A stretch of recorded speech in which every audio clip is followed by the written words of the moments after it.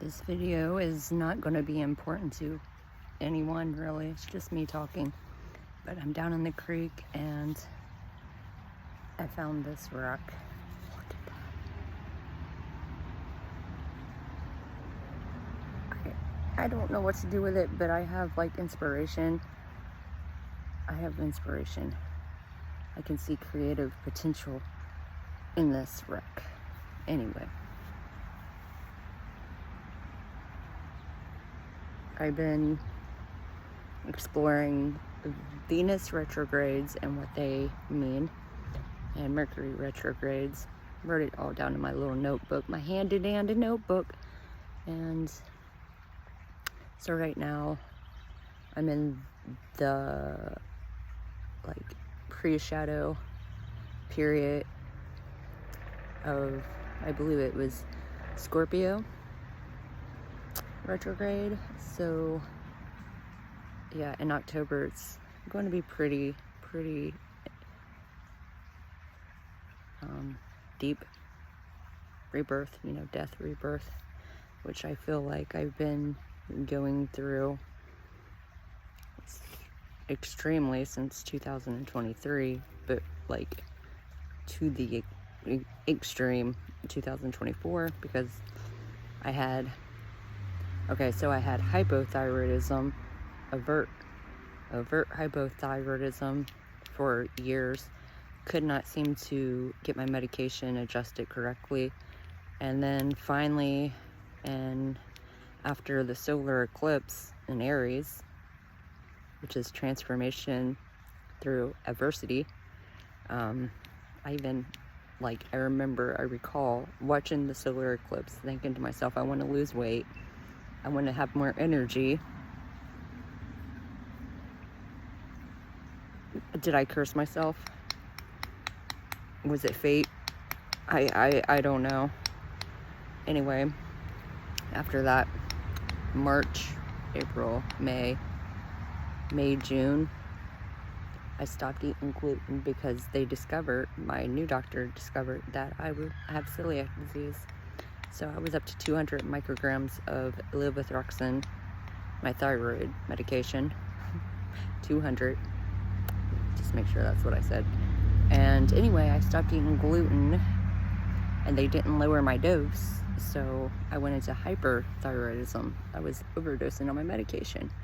And that was a first. I was, pretty excited that I had so much energy, because prior I was so exhausted. I would go to work, come home, and then I was out. A lot of the times I was literally couldn't do anything. And I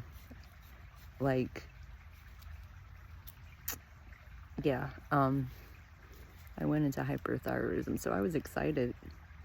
I was like, oh wow, I'm getting my house clean, I'm just doing all this stuff.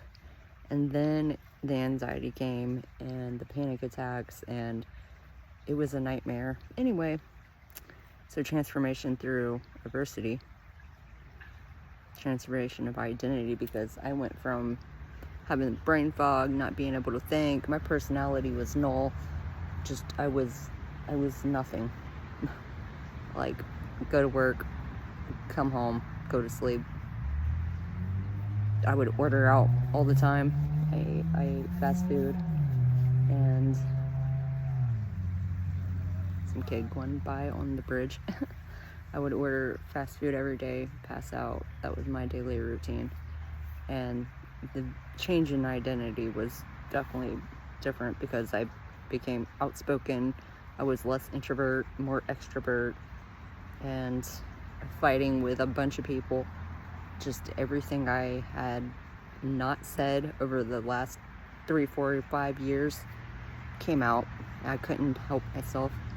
Anyway, they lowered it down to 100, I think 125. Still didn't help. I still had it. Still was overdosing. And then, but there was days I was so terrified to even call my doctor. Like, it was hard to even get to the phone to pick it up. Like, I was so, having panic attacks and stuff. Like, the anxiousness, it was paralyzed mentally. I couldn't do anything. So anyway, I spent up until, was it June of last year, freaking out, having panic attacks, and then finally I lowered my dose again down to 88. Still wasn't low enough. Lowered it again to 75. I was still dealing with anxiety, and I was dizzy. I would get dizzy often, and all kinds of bad symptoms, but it was better than what it was, you know what I mean? But it was still pretty horrible. But during that time, I hate when people walk by, like, bro, I can't stand it. During that time, I decided to pick up some routines, which was, you know, during the Pisces eclipse, Virgo eclipse axis. I picked up new routines. I picked up a new diet, for one. Wrote down numerous recipes, and yeah, healthier food. I stopped eating sugar. I don't drink coffee or caffeine. I do drink coffee. I just don't drink coffee with caffeine in it. It's like, what, 2% caffeine, the decaf. And I don't eat dairy, don't eat gluten. And where did that woman go? I wonder if she already passed. Listening to me ramble on about nothing here. Anyway, yeah, during the first month after I stopped eating gluten and I went into hyperthyroidism, I lost 40 pounds. 40 pounds in a month. That was insane. Well, anyway, I'm still losing weight because I changed my diet. So in October of 2025, I thought that I was diabetic. Was it October? September. I thought I was diabetic, so I stopped eating sugar. And then in January 2026, I noticed that every time I ate dairy, I felt like shit. So I stopped eating dairy. So there's that. And then within that time, I was also having problematic relationships. And what that taught me during that time was boundaries. Like, the first one was like demonstrating boundaries themselves. But then the second one was like the one that showed me to enforce them after he sexually assaulted me. So it's just like all this horrible shit does lead. Oh yeah, and I started a walking routine. I try to walk at least 8,000 steps now. I was doing 13,000 in November because of the diabetes. Turns out I don't have diabetes, but you know, I try to alchemize all the negative into something positive for myself, because I feel like everything that's been working up until now has, even though it was negative, has positively affected me in different ways. You know, instead of crumbling under the pressure, I developed routines for protection. So I'm wondering what's going to happen in October. Yeah.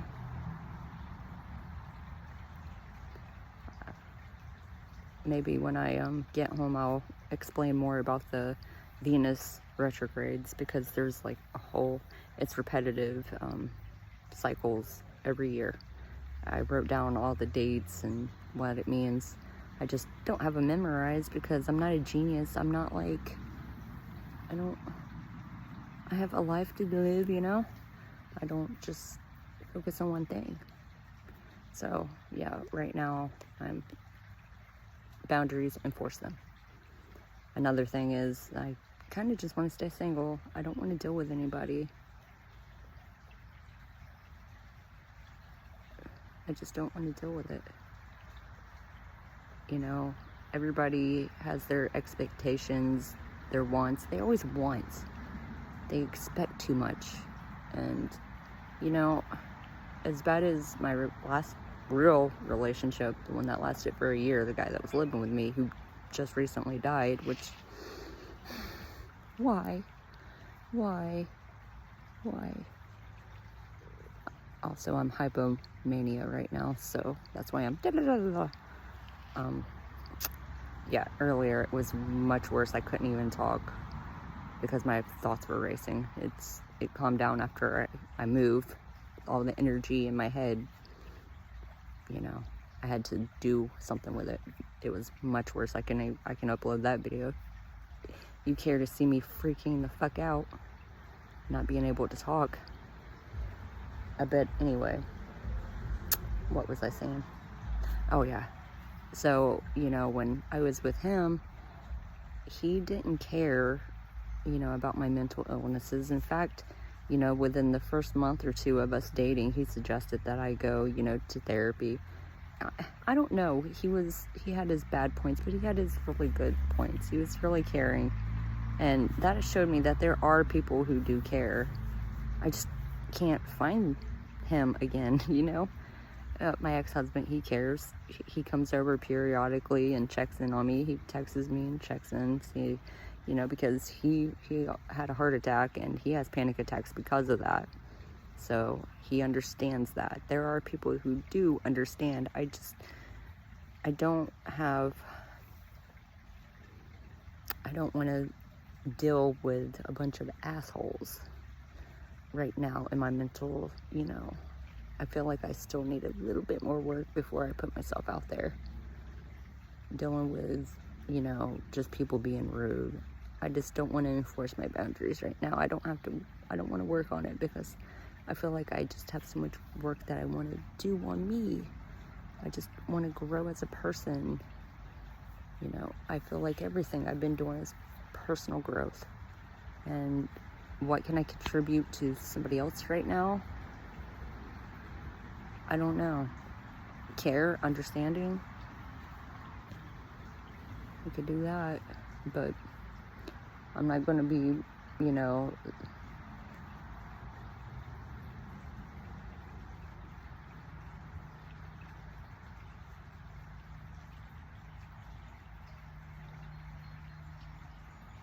there's a guy staring at me in a blue shirt. Social anxiety. I just need to get myself better. Get myself well. Work on myself. I do love myself. If I didn't love myself, I wouldn't work on myself. And it's not necessarily for other people, it's for myself. To make myself feel better.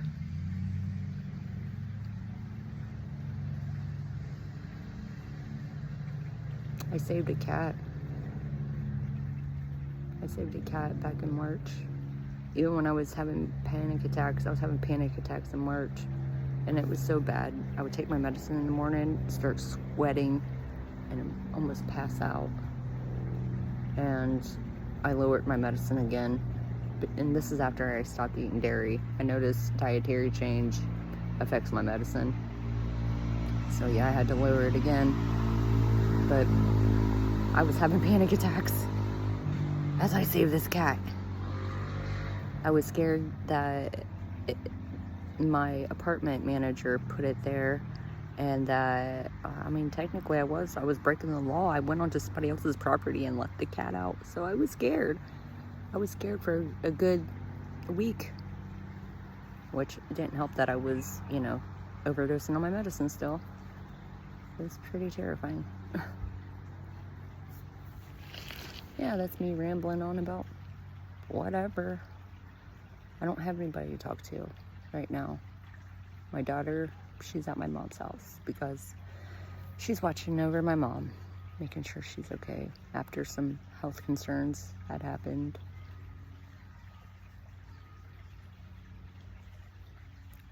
And I don't really want to talk to anybody.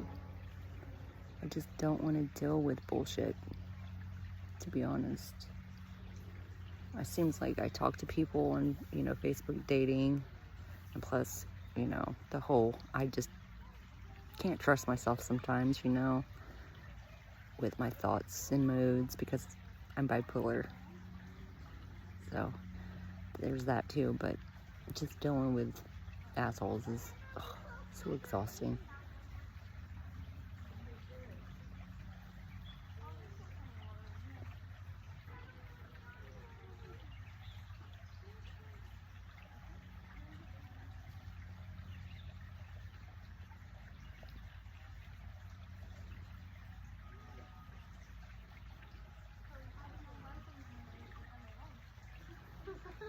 I've been reading philosophy. I'm trying to get out of spirituality, to be honest. I don't think it helps me. Sure, Kabbalah, inspired me to, do like mitzvahs, do charity, do help, help people. I'll go over to my mom's house and clean her house. I will go up and down the street and clean the street. Pick up trash. Do little bits of charity. Saving a cat. There's little things that help, I guess, but I don't think it's really helping me that much. Gives me something to talk about, I guess. Philosophy seems more grounded.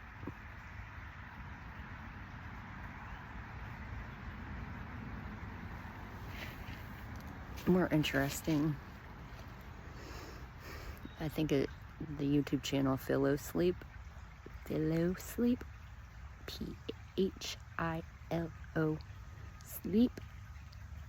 is a really good channel to watch if you like philosophy.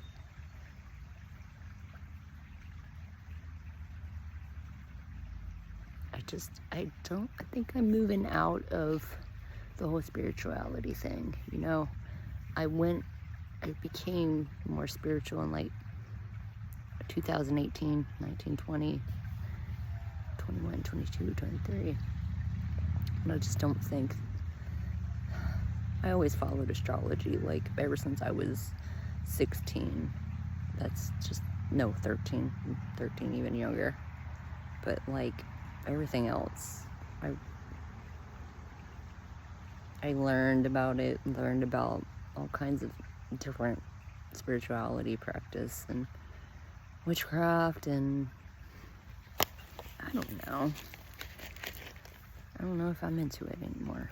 I just liked exploring the ideas.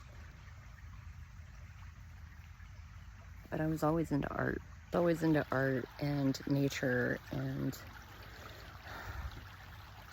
beauty. I always liked to wear makeup, even when I was younger. And music.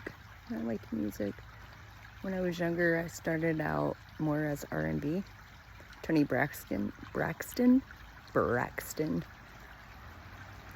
Was it Tony Braxton that said, you gotta be strong, you gotta be, Whitney Houston, stuff like that. And then I went over to pop, Justin Timberlake. It's crazy because, I was listening to Tony Braxton when I was,